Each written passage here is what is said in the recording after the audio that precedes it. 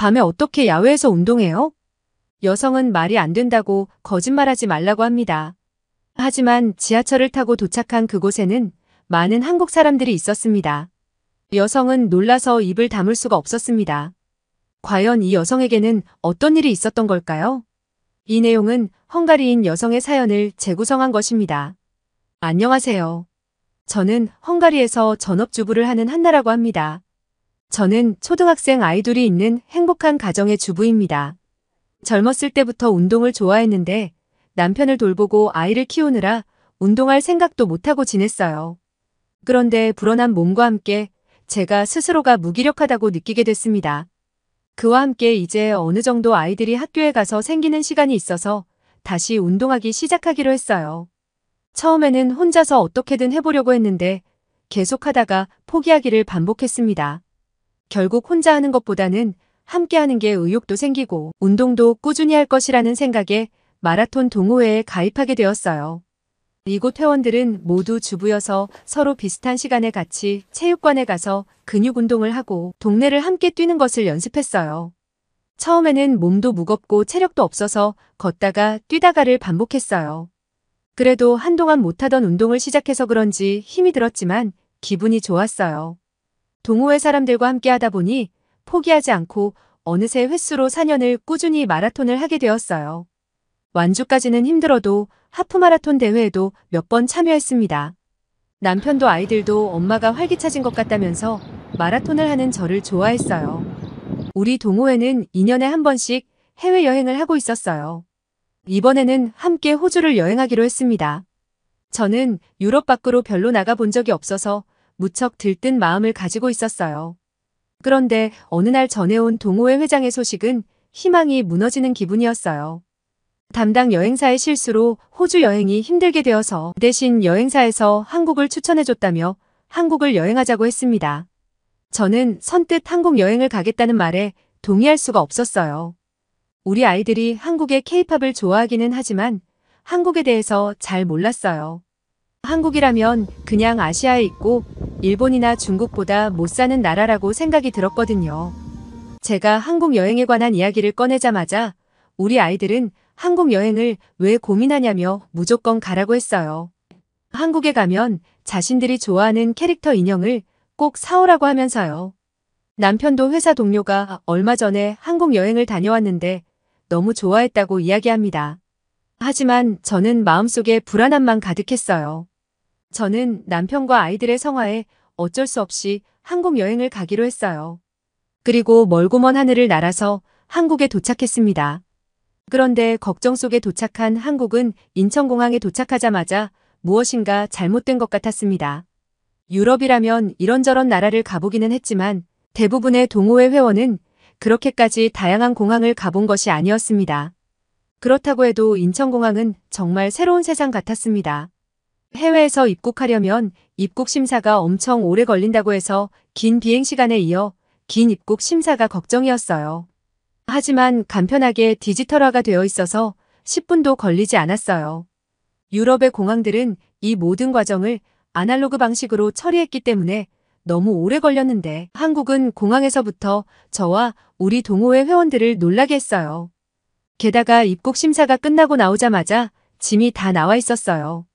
전에 유럽의 다른 나라를 갔을 때는 짐이 나오는 걸 기다리느라 30분 이상 기다려서 겨우 받을 수 있었는데 이것도 디지털화가 잘 되어 있어서 빠르게 나올 수 있는 것 같았어요. 우리는 짐을 찾아서 밖으로 나왔는데 한국인 가이드가 우리를 맞이해 주었어요. 그런데 공항에는 청소용 로봇들이 청소를 하는 거 아니겠어요? 영화에서 나오는 환상 같은 건 줄 알았더니 실제로 이렇게 공항에 청소용 로봇이 있다는 사실에 저는 깜짝 놀랐어요. 게다가 공항 안내를 도와주는 로봇까지 있어서 이곳은 미래 세계에 온 걸까 하는 생각까지 하게 되었어요. 우리는 지하철을 타기 위해 공항의 지하로 내려갔어요. 놀랍게도 공항에서 지하철까지 바로 이어져 있었어요. 가이드는 교통카드가 있으면 서울과 대부분 지역의 대중교통을 이용할 수 있다고 말해주었습니다. 그리고 다른 교통으로 갈아타더라도 요금이 연동되어서 저렴하게 이동을 할 수 있다고 했어요. 헝가리는 엄청 오래된 지하철 시스템을 가지고 있는데 세계에서 두 번째로 오래된 지하철입니다. 그래서 오래된 지하철에 나름 자부심을 가지고 있습니다. 하지만 한국처럼 다른 교통 간의 할인도 없고 탑승객의 편의를 위한 서비스가 별로 없어요. 그래서 한국의 교통카드 이야기를 들으니 너무 부럽다는 생각이 들었습니다. 한국 사람들은 그냥 핸드폰을 기계에 찍더니 다들 지하철 안으로 들어가는 거 아니겠어요. 헝가리도 교통 어플이 있고 교통카드도 있지만 티켓을 많이 사용하기 때문에 한국 지하철은 개찰구마저 미래의 모습처럼 보였습니다. 우리는 신기한 기분을 느끼며 한 명씩 교통카드를 찍고 지하철역으로 들어갔습니다. 에스컬레이터를 타고 지하철역으로 내려간 우리는 다시 한번 깜짝 놀라게 됐습니다. 역에는 놀랍게도 스크린도어가 있었습니다. 유럽의 어느 나라를 가도 이렇게 스크린도어가 있는 건 본 적이 없어요. 고객들의 안전을 보호할 뿐만 아니라 누군가 열차로 뛰어들어서 불상사가 일어날 일도 없었어요. 굉장히 안전해 보여서 한국의 안전을 위한 노력에 놀랐습니다. 한국 지하철에 대해 놀라움은 이뿐만이 아니었어요. 열차는 모니터에 쓰여있는 시간에 정확하게 도착했어요. 지하철을 탔는데 정말 좌석은 깔끔했고 바닥에 떨어져 있는 쓰레기도 없이 깨끗했어요. 지하철이 더러운 곳이 많았던 유럽의 여러 지하철과 확실히 비교되었습니다. 우리는 핸드폰의 지도 앱에서 검색했던 시간과 정확하게 같은 시간이 걸려서 숙소가 있는 역에 도착하였습니다. 우리는 빠르고 정확한 한국의 교통 인프라에 놀랐어요. 헝가리에서는 예상 도착 시간이 별로 의미가 없었는데 한국은 정말 정확했습니다. 한국은 정말 좋은 나라네요. 우리는 마라톤 동호회이기 때문에 여행을 와서도 그 나라의 러닝 코스에서 달려보고 있었습니다. 그래서 가이드에게 우리가 갈 만한 달리기 코스가 있는지 물어봤어요. 그러자 가이드는 한강공원을 이야기했어요. 한강 옆으로 산책하거나 달리는 사람들을 위해서 코스가 잘 조성되어 있다고 했습니다. 그런데 시간이 이미 어두워지기 시작해서 이미 너무 늦은 것 같다고 말했어요. 그랬더니 한국인 가이드분은 아니라고 한국의 산책로들은 밤늦은 시간까지 괜찮다고 말했어요. 우리는 거짓말이라며 세상에 그런 곳이 어디 있느냐고 했습니다. 가이드분은 웃으면서 그런 안전한 곳이 한국이라며 꼭 한번 가보라고 말했어요. 그래서 우리는 지하철을 타고 한강공원에 갔습니다. 한강공원의 모습은 정말 놀라웠어요. 강은 무척 깨끗했고 한강공원도 무척 잘 조성되어 있었습니다. 공원 안에는 각종 운동기구뿐만 아니라 테니스장, 스쿼시장 등 온갖 운동을 할 수 있는 곳이 마련되어 있었어요. 이런 늦은 저녁에 조깅을 해보는 건 처음이라서 걱정했는데 이미 많은 사람이 있었습니다. 거기에 공원은 밝은 조명이 곳곳에 설치되어 있었고 중간중간 CCTV까지 있어서 더욱 안전해 보였습니다. 놀라운 것은 조깅을 하는 사람들과 헬스를 하는 사람들이 공원에 많아서 한국 사람들이 건강관리를 열심히 한다는 것을 느낄 수 있었습니다. 우리는 공원에서 조깅을 하면서 주변을 둘러보았는데 한강공원은 무척 깨끗했습니다. 다른 나라였으면 공원에 쓰레기가 가득할 텐데 한국은 그런 걸 볼 수가 없었어요.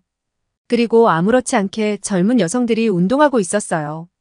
유럽에서 흔히 볼 수 없는 모습에 한국이 정말 안전하다는 생각이 들었습니다. 그리고 동시에 한국의 안전이 너무 부러웠습니다.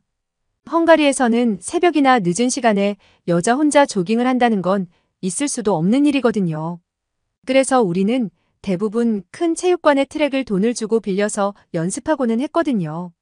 이렇게 맑은 공기를 마시면서 야외에서 마음껏 달릴 수 있다는 것은 정말 큰 행운이라고 할 수 있습니다. 저는 너무 신이 나서 한강공원의 모습을 사진으로 찍어서 가족들에게 전송했어요.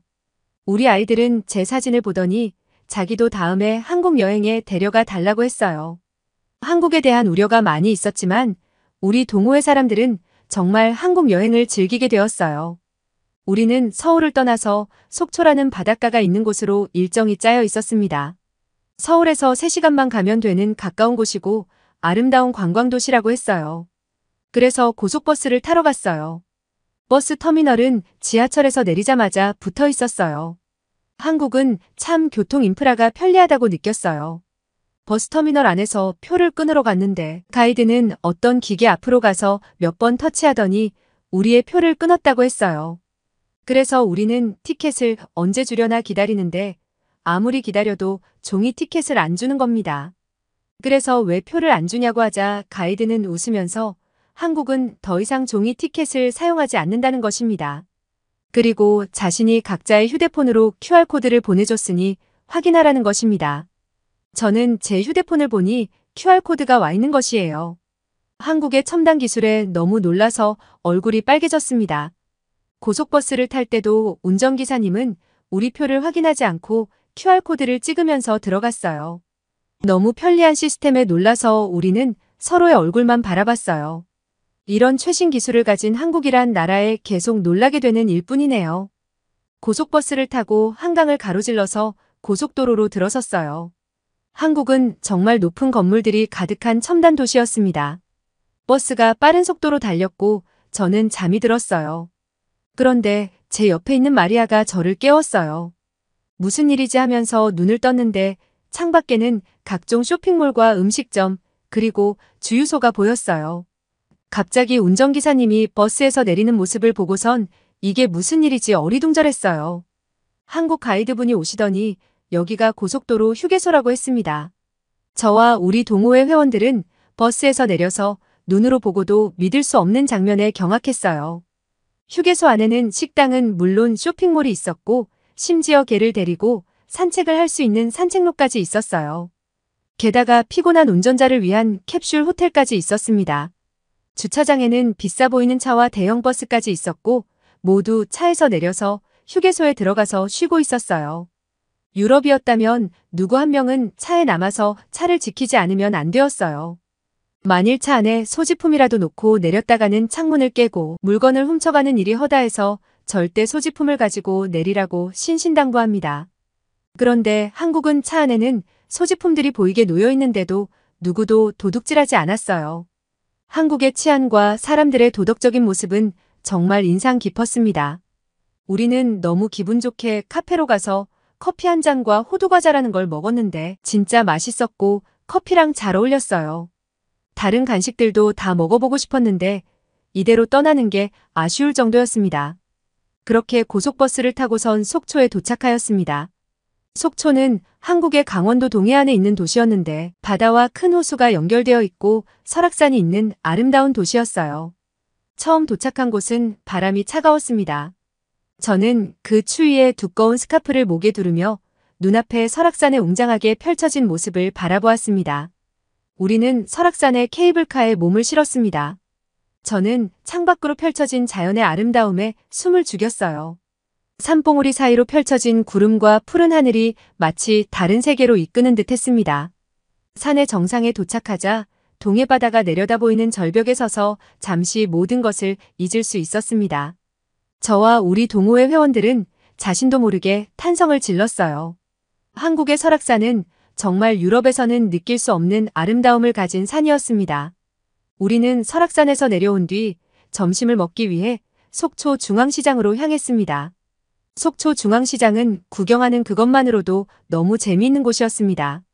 시장은 오징어 순대, 닭강정, 신선한 해산물을 판매하고 있었고 각종 해산물과 튀김의 호떡 등 달콤한 간식도 많았어요. 시장은 활기찬 분위기가 가득했고 많은 관광객으로 가득했습니다. 관광객들이 많이 오는 시장이라서 그런 건지는 몰라도 음식을 포장해주는 박스들도 깔끔하고 예뻤어요. 우리는 잔뜩 먹을 것을 사서 숙소로 갔어요. 그리고 각자 사온 음식들을 같이 나눠 먹었습니다. 바닷가 근처라서 그런지 오징어와 새우튀김은 신선하고 바삭했어요.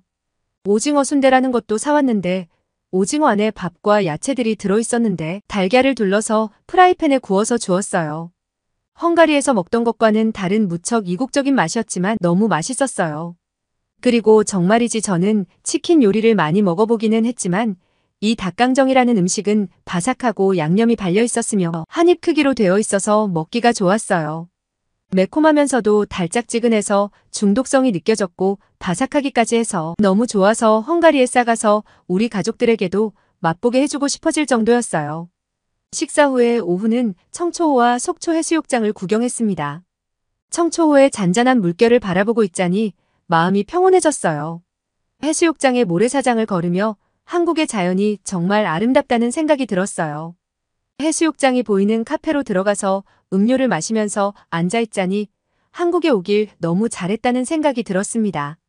아름다운 한국의 모습을 열심히 사진으로 찍으며 다음에는 꼭 우리 가족들과 함께 한국을 오고 싶어졌어요. 저의 한국에서의 경험담은 여기까지입니다. 여러분 한나 씨의 이야기 어떻게 보셨나요? 한국에 오는 걸 겁내던 한나 씨는 한국의 안전과 한국 사람의 도덕적인 모습에 많은 생각을 하게 됩니다. 새벽과 늦은 저녁에도 마음껏 야외에서 운동을 할 수 있는 나라가 세계에서 흔한 게 아닙니다. 안전한 한국에서 사는 것이 행복해지는 사연이었습니다. 감동TV는 감동적이고 재미있는 사연을 기다리고 있습니다. 다음에도 재미있는 사연으로 찾아뵙겠습니다. 시청해주셔서 감사합니다.